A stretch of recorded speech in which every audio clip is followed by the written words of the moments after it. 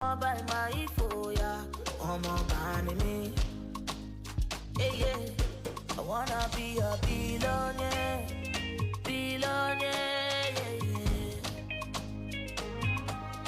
I wanna be a billionaire. Yeah, that's it. That's what we brought for you today. I said earlier that we are discussing business today. We really need to know how to make money, but more importantly, how do we position ourselves to get this money? As women, we are saddled with so much responsibilities that we barely even have time for ourselves. That is why sometimes we venture into a business, and in the long run you realize that, okay, this business that I'm doing, at the end of the day, you just pack up again. You're not doing it again. Why? After childbirth, I couldn't even have enough time to go through this and that. These and many stories that we've heard has actually put a lot of women, they've become housewives, and that's out of their wish. It is not what they really want to do for themselves. So this is why we'll be having the conversation today. We tagged it the smart money woman. We are not even talking about using the manual aspect now. We're taking it digital, like be tech savvy. And when I talk about tech, for any woman in the rural setting, you should be able to relate to this. It is not really techie like that, but of course it's something relatable. And to help us in that discussion, joining us live on the show this evening is the Customer Experience Manager, One Suite Limited, Margaret O. Samuel. Good evening. Thank you so much for joining us. Okay, good evening. All right. Good evening. We couldn't hear you earlier. So how are you doing? Excellent. Thank you. Thank you for having me here. All right. Yes. So that's Margaret O. Samuel. She's the Customer Experience Manager, One Suite Limited. And now we are talking women in business. And we're also talking about how to digitalize what we do, such that we don't become just housewives. We don't become baby manufacturers and just be there in the house and then be the cook, the chef, whatever it is, be the cleaner, all at once at the same time. Because on this show, we like to talk about women being in leadership positions, women manning, important positions, be the key figures, having your voice heard. And all of this would not happen if we don't understand some things, how to be a smart money woman. So when we are talking about women in business and making money in a smart way, maybe you should help us break it down. You being in, like we said, customer experience manager, help us break it down for women, even the urban and rural setting, should be able to understand what we're talking about. Women in business, how can you be a smart money woman? Okay, thank you very much for that question. Being a woman and also running a family, I know how it is Are you when using a hands-free, sometimes. sorry? Are you using a Can you hear me, hands-free? please? I think you're using a hands-free. Yes, I am. Can you please disconnect? It's actually giving us a distorted sound. Okay. Yeah. All right.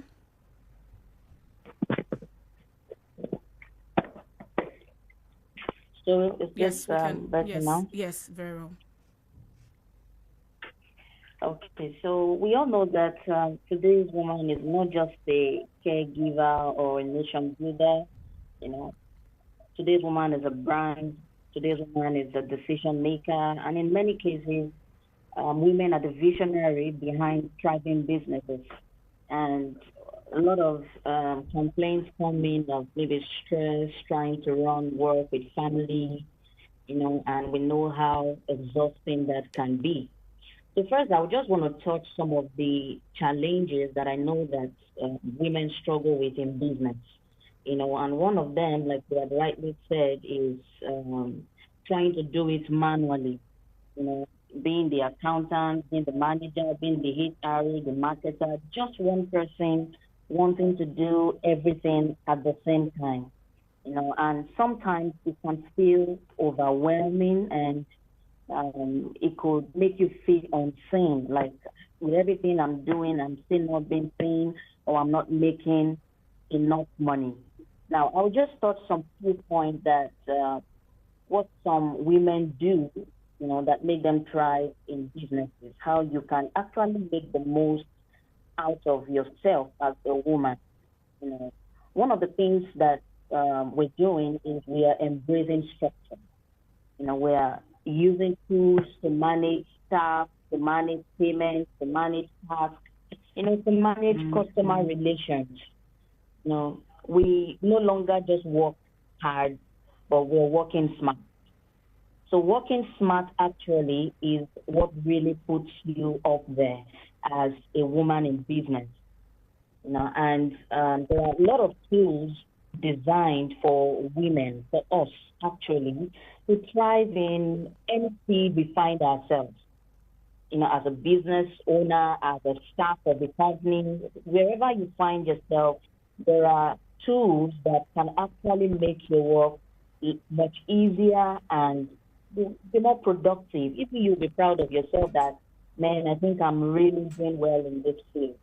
And I think it's hard time really that we women get to wake up to this because sometimes we think, oh, the tech is for men, the computers are for men, we don't do the hard work. But no, women also use these technical tools, and they are very easy to navigate, very easy to use, and you're not using one, you're really working hard as a woman.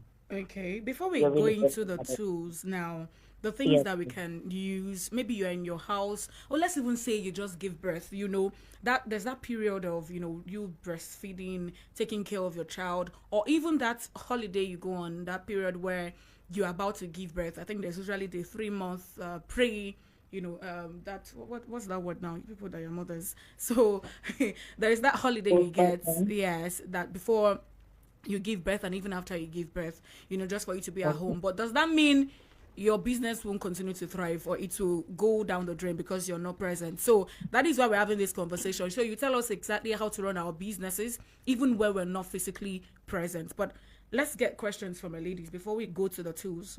Okay.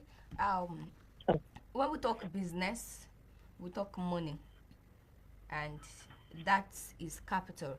So please run us through how a woman can get capital for business. Let's also put into consideration um, the rural woman. She could also, in a way, be a smart woman in her own capacity. So, how do a woman get capital funding to actually even start a business? Let's rule out husband's money. Yeah. Okay. Thank you very much for that question. There are actually many ways a woman can actually get capital to run their businesses, and one of the ways actually is vision. That is what I'll say. When you have vision, your vision will take you to places. Your vision will put money in your account. Your vision will put money in your hand because if you have vision, you'll be driven. So there are actually, of course, some places or some corporate companies where you can get funding, for businesses. That is aside. But really, everything don't have to be loan for something. You want to start a business or you want to run to the bank. You want to run this business, or it's going to cost me 10 million, 5 million, or even as small as 500,000 or 200,000, and you want to rush to the bank. you know. So first, the vision is I want to start this business, but I know where I'm going to. I want to be here in the next 6 months. I want to be here in the next 1 year. I want to be here in the next 5 years. This planning that you have would help you say, okay, I have just 2,000 or I have just 5,000. How do I go about it? Meet somebody who is already selling. You're selling this particular fabric and I want to sell. Can we partner together? That is actually another type of capital, another type of funding that you can get.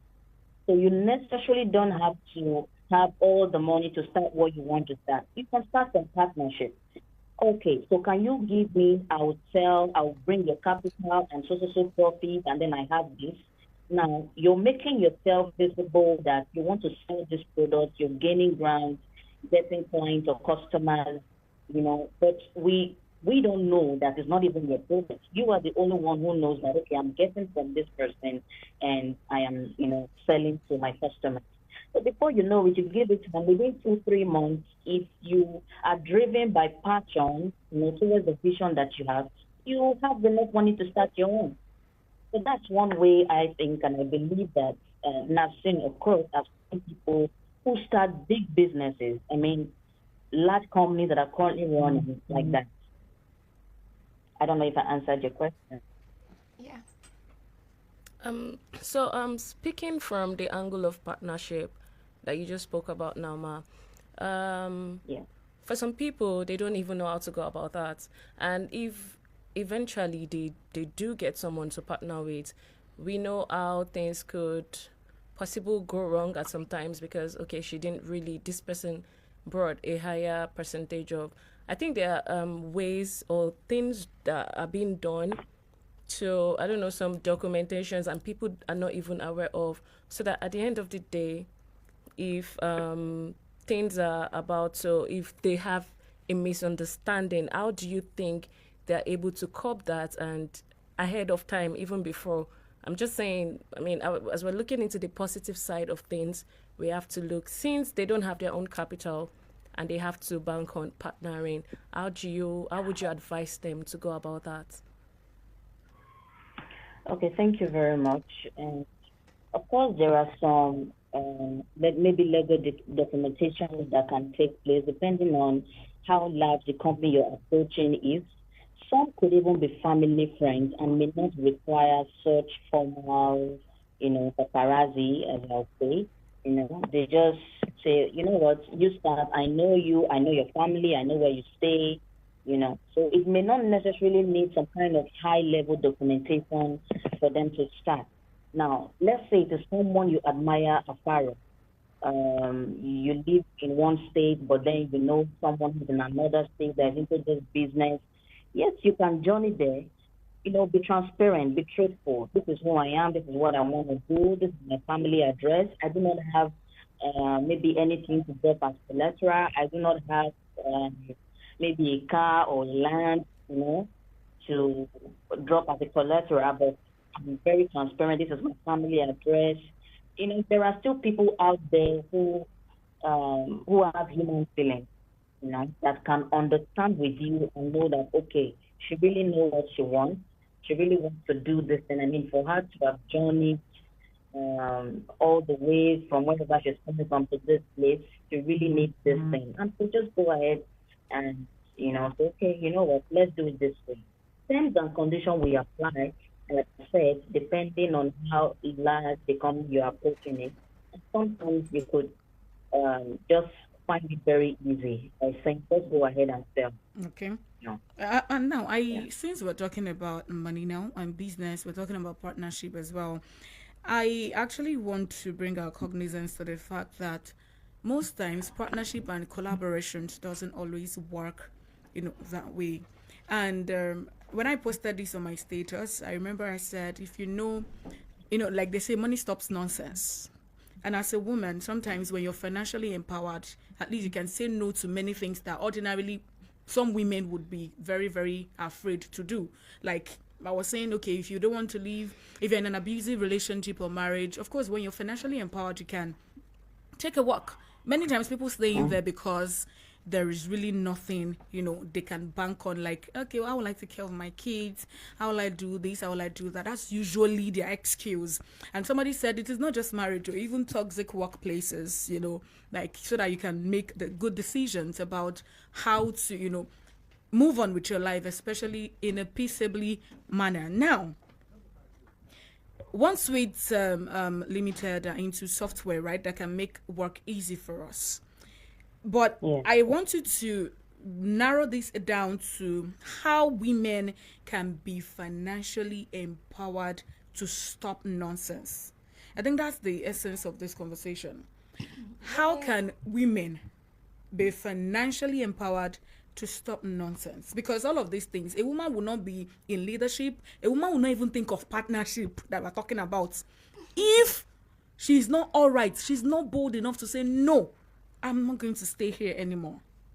You want to add something, Juliet? Okay, I wanted to say, I wanted to ask her if she believes in vex money. Okay, There's a concept called vex money Of for course. women. So, do you also believe in that? Are you there, Margaret? Yes, Okay, yeah, so yes. that's the question. Okay, I think I didn't hear the word she said. Vex money? Vex money? Vex, VEX, Yes, vex. now, Exactly. like you go somewhere, it's no plum, you vex. Okay, of course I know that there is something like that, but depending on the kind of woman, yes, some people do. Okay. You can go on. Okay, so you, I think one of the the question earlier was, how can women be empowered?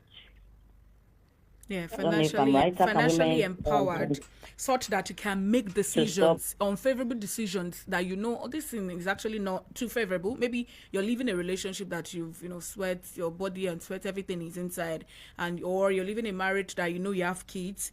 You don't actually be financially empowered. We need to trash that out before we can now start talking about how to monitor your business, even when you're not physically present or you're not mentally okay to be at your workplace.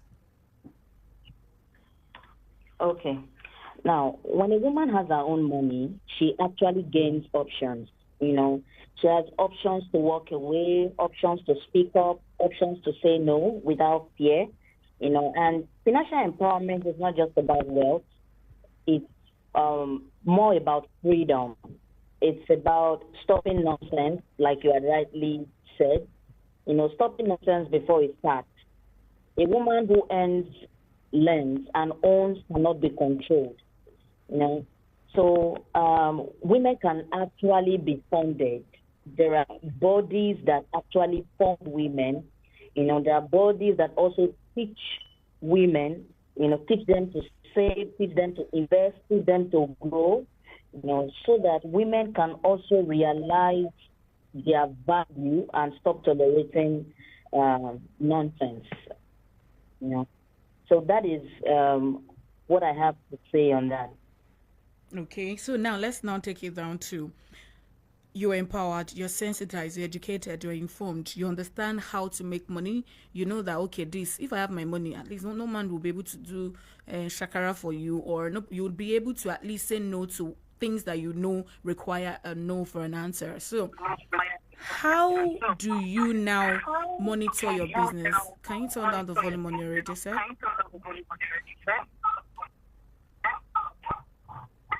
Okay. Yes, please. I think it's echoing from your end. No. Can you hear me now? Yes, I can. All I right, don't know if so you can hear me. I can.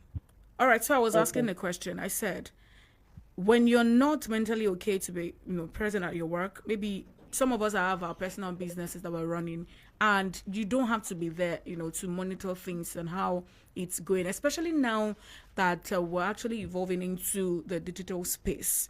A lot of people are actually, bringing that, incorporating that in their business as well. So how can we monitor our business even when we are not there? What can we do? Like the smallest things or the minutest things that we can do, even with our Android phone, or whatever smartphone we're using, that we can use to monitor our business, and it will still keep thriving just as if you are there.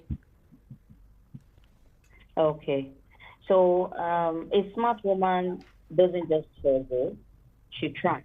In other words, you track reports, you track records without you having to sweat out. She knows who is working, who is wasting time. She knows what's selling. She knows what's bleeding money. She's not getting or getting real-time reports from phone or laptop anywhere in the world. But because businesses at this age can actually be monitored from anywhere or that you are in the world, and we have tools like OneSuite that can actually do that for you. Of course, there are other tools all around that can do, some of these things I'm mentioning. But OneSuite is actually a tested tool and with a lot of feedback from people where you can manage all kinds of businesses that you do. It can help you track attendance of who is at work today, what happened, what sold, how much came into the company, at what time did so and so person resume work, the HR. So what happened? Did you grant leave? Those questions will not come in just by using your mobile phone. You get to see everything at a glance. Wait. Of course, If I got you right, you mean I can yeah. actually be the manager of my office even from my home, right? Yes, you can. Via the mobile phone. Is this not going to be very technical for people who might not really be tech savvy as much? No, it's not because it's actually self-explanatory and very easy to use. In as much as the person can read, of course, if the person cannot read, that is where they find it difficult. If they have just very little literacy and they can read, then it's quite easy. They are not typing in anything. They just go to report and see everything that is going on. A woman don't need to be educated to run a business. So you mean an uneducated, or maybe someone who is not educated can actually run this software?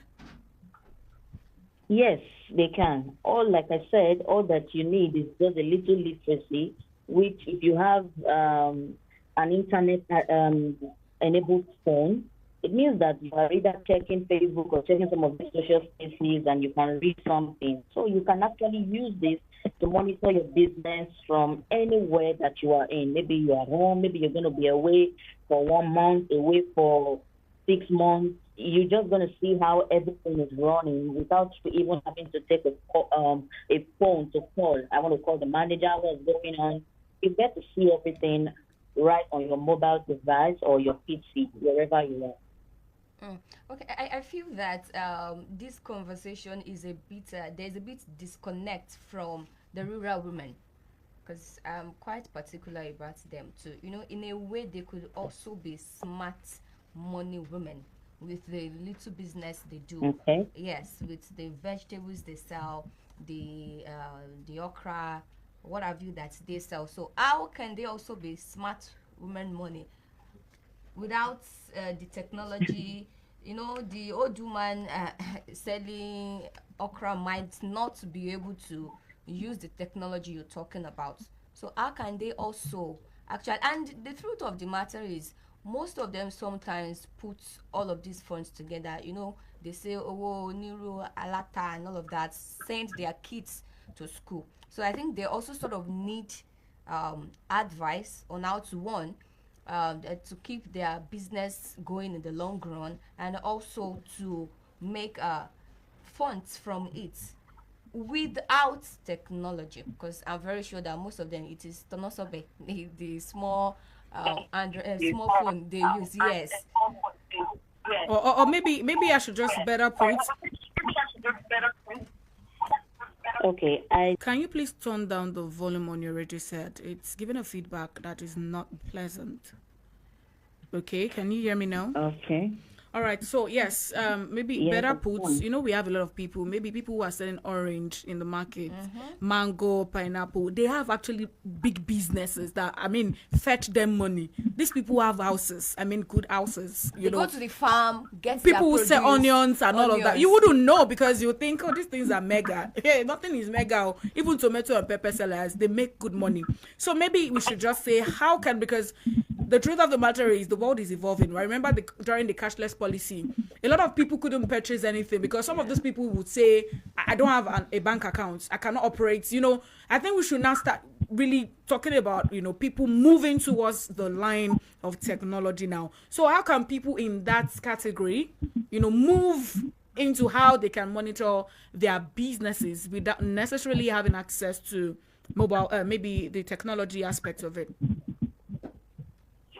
Okay, thank you very much for that question. And like you had also rightly said, the world is vast evolving, and it's ideal that even women, old women in the rural area should also try to evolve. There are adult education, and there are a lot of women, as I know, that would want to be educated. They want to know more. They want to improve on themselves. Of course, technology will end up not being for everybody. But those that will really thrive are those that are using technology, that are using tools that can make their work easier. So the woman who is selling pepper, who doesn't want to go global, can just be in that place, and you find out that they might just be there for quite a number of years or very long time. But those who want to go global, they want to go into the large markets, they want to go into exporting, importing of tomatoes. You see that they are daily looking for means that they can thrive, means that they can improve on where they currently are. So my advice, what I would say concerning that is, I think every woman should seek to be better, seek to improve yourself, seek to know more. As small as a very small phone that just have internet access can help you do a lot. You can learn, you can read, you can say, oh, I have a daughter, can you start putting me through? Now we see that even our grandparents, they all want to use Android phones. Some of these old people are beginning to see the value. They feel, I think I'm missing out of the internet. I see my child or my grandchildren laugh while going through their phones. I think I'm missing out. So they want to feel it. They want to feel among. So they ask for, I need an Android phone too. So if they can want such, it means that there are other advanced women out there that can still say, oh, I think I want to really move from this level. I think I want to learn more on how I can manage this my business. Some of them could be maybe tailors. They make dresses.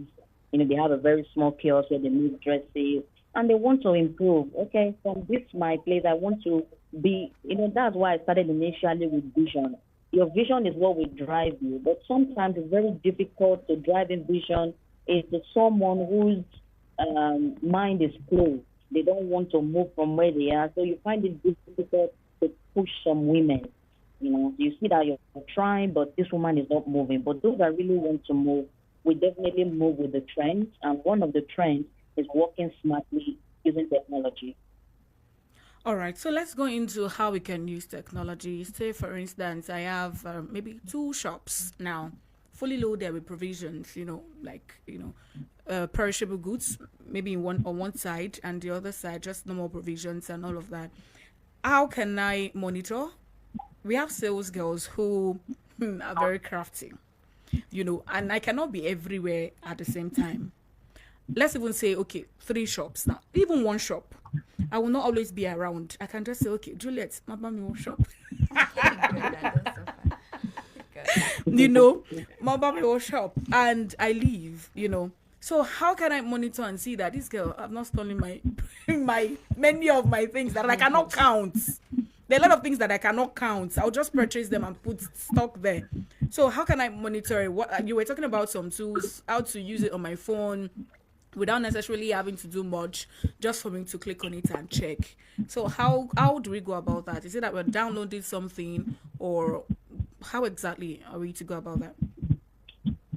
Okay, so for the tool, one of the tools that I mentioned, which is OneStreet, to actually use it is very easy.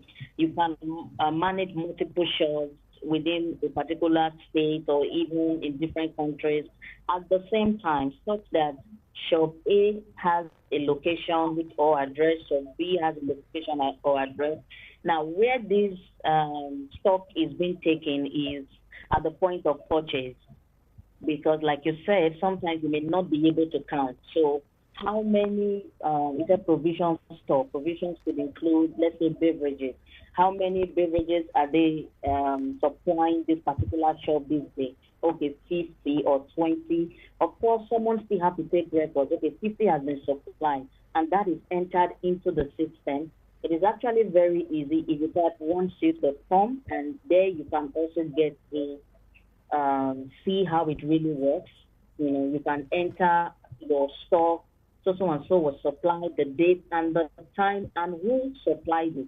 And of course, the signature of the person that supplied it. So everything is transparent, and shop A has been stocked with all the items. Now, shop B is stocked with so items. From the comfort of your home, you can, get to see all of this. Shop A has been stocked, money, a so amount has been paid. It was delivered at so time from so company, and the receipt is also online, and everything is transparent. So it is actually easy for you to manage multiple businesses using one tool. So, like you said, that you have to do all of those things at the point of purchase.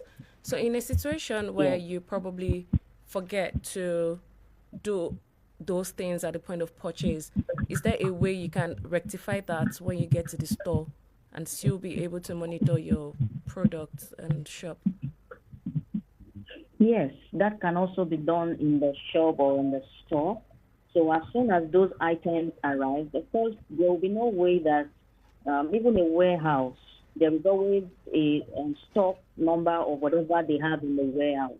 So saying that no matter how large that store is, they will still be able to say, oh, we have 200 sheets of so and so, 500 pieces of so and so, and those can also be imputed into the system. And when one leaves, the system is able to let you know that one has been purchased out of these your 50. So you are able to track the number of whatever goods that you have left. So you are entering your product one after the other. Product A, product B, product C, like that.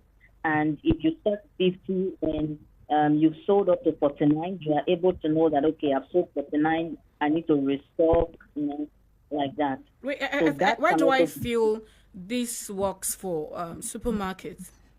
More like what we see at supermarket. But for me, who I'm running a shop, I mean a shop. I did not say supermarket. selling You know what shop fabrics is? and all of Okay, that. maybe I'm selling fabrics or provision, like I said, or even this raw foods, rice, beans, and all Okay. of that. Palm oil, vegetable oil and salts, the like. So how, or even drinks.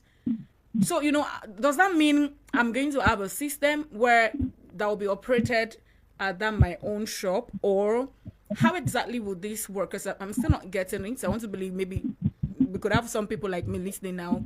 So how would this work?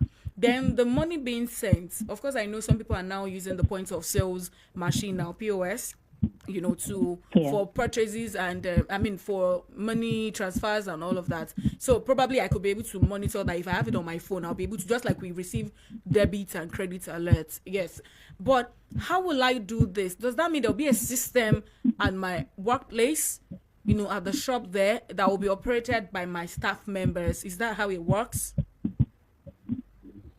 Okay. Yes, that is how it works actually. It means that if you're not going to be around and there is a device, maybe a PC or a phone with whoever that is going to be in your store, that person is the one who takes stocks and take inventories and take maybe orders that goes out of the company. So that person gets to impute all the details that goes out of the company. So because you have the record of stock, there will be no maybe cheating of somewhat, because if you had sold five out of 50, you should have 45 left. So I'm saying this to say that you will still be able to monitor the number of goods that you have using the technology or the software. All right. So it can be on the phone, it can be on the PC, and that person gets to impute all those details. All right, thank you so much, Margaret O. Samuel. That's the Customer Experience Manager, One Suite Limited. Before I let you go, because our time is gradually winding down, I really want us to talk about this aspect. Now, out of the technology talk, there's this thing about women. When we have a business, sometimes we are the one, they will say, Yoruba will say, oh, Jedbarun. Can you hear me? Yes, I can. Yes. Do you know what that means? Like you actually, whatever No, what it is you're I need a selling, translation. what you're selling is what you're actually eating. Like maybe you have children and you're selling raw rice, you're selling palm oil, you're selling veg oil, you're selling salt. So everything you always need in your house, you go to your shop to get it. So more like you're just putting that shop there for your house. So how can we manage, because we have people, the one we're talking about, the technology aspect is when you have it in large quantity, but for some of us that are just entrepreneurs, you're just starting life, maybe you're selling gari now, you're packaging it for offices and all of that. So how can you monitor your sales? How can you save? we were talking about being financially empowered. How can you do all of these things, these minor things that you're doing with your own business, such that you'll not just ban, you'll not eat all your profits and all your sales, everything that you put inside that shop, you are still the one eating everything? What Okay. advice can you give to us, Okay, thank you very much. Okay, so the first thing I think any business owner should do, I also own a business, is first you have to separate your sales from capital. Okay, I have stocked a bag of Gary. A bag of Gary is 5,000 naira, and I've sold one cup. I've sold maybe one derita or whatever measurement that you want to use. Now, before you start selling, how many pens or how many cups do you have in a bag? What is your profit in there? I bought it 5,000. I'm going to sell it for 10,000. Just know that your profit in there is 5,000. And if you must eat your Gary from that Gary, don't eat up to 5,000. Eat at least 2,500 or 3,000 and keep the remaining 2,000 profit so that the business can grow. You can add it to the next capital, and like that. So before the business, you were eating. There was food, it may not be very easy, but at least you were eating. So you just need to keep your capital fixed, as that you are not eating into it. That is one. And your goal is also to protect your capital like a baby. So child A is hungry. Don't say, I go to the shop and carry bread or carry Gary. Don't worry, you will eat. Just hold on. Dinner will be ready soon. You will still look for other means to. If you keep eating into your business, of course it's going to run down and is this there will be no more easy? business. Is this easy? It's not. Yes, it can actually be. It just takes discipline. And for a woman that has maybe a number of children, of course it might not be very easy for them, because when child A is crying, child B is crying, and the woman is moved, But I think that this also has to do with discipline, so that you shut your eyes off these little distractions, because you know where you are going to. I don't want to remain at selling one bag of Gary. By next month, I want to start selling two bags. Or maybe we even pay ourselves, like I'm picking anything and I'm paying, right? Yes. Okay. But in a case where they don't have the money to pay, don't touch it. But if you know you have the money to pay, stay on it. Even if it's a child that wants to take it and it's biscuit or 10 naira, go and bring that 10 naira. Let's put it in. All right. Thank you so much for your time on the show, the Smart Money Woman, because this is second half of 2025. What have you done in the first half? So I hope you've been able to take one or two to help you run through the second half of 2025. We've been engaging Margaret O. Samuel, Customer Experience Manager, One Suite Limited. Thank you so much for your time on the show. Thank you very much. Thank you for having me. And for those that want to know more about One Suite, you can just check us out at onesuite.com.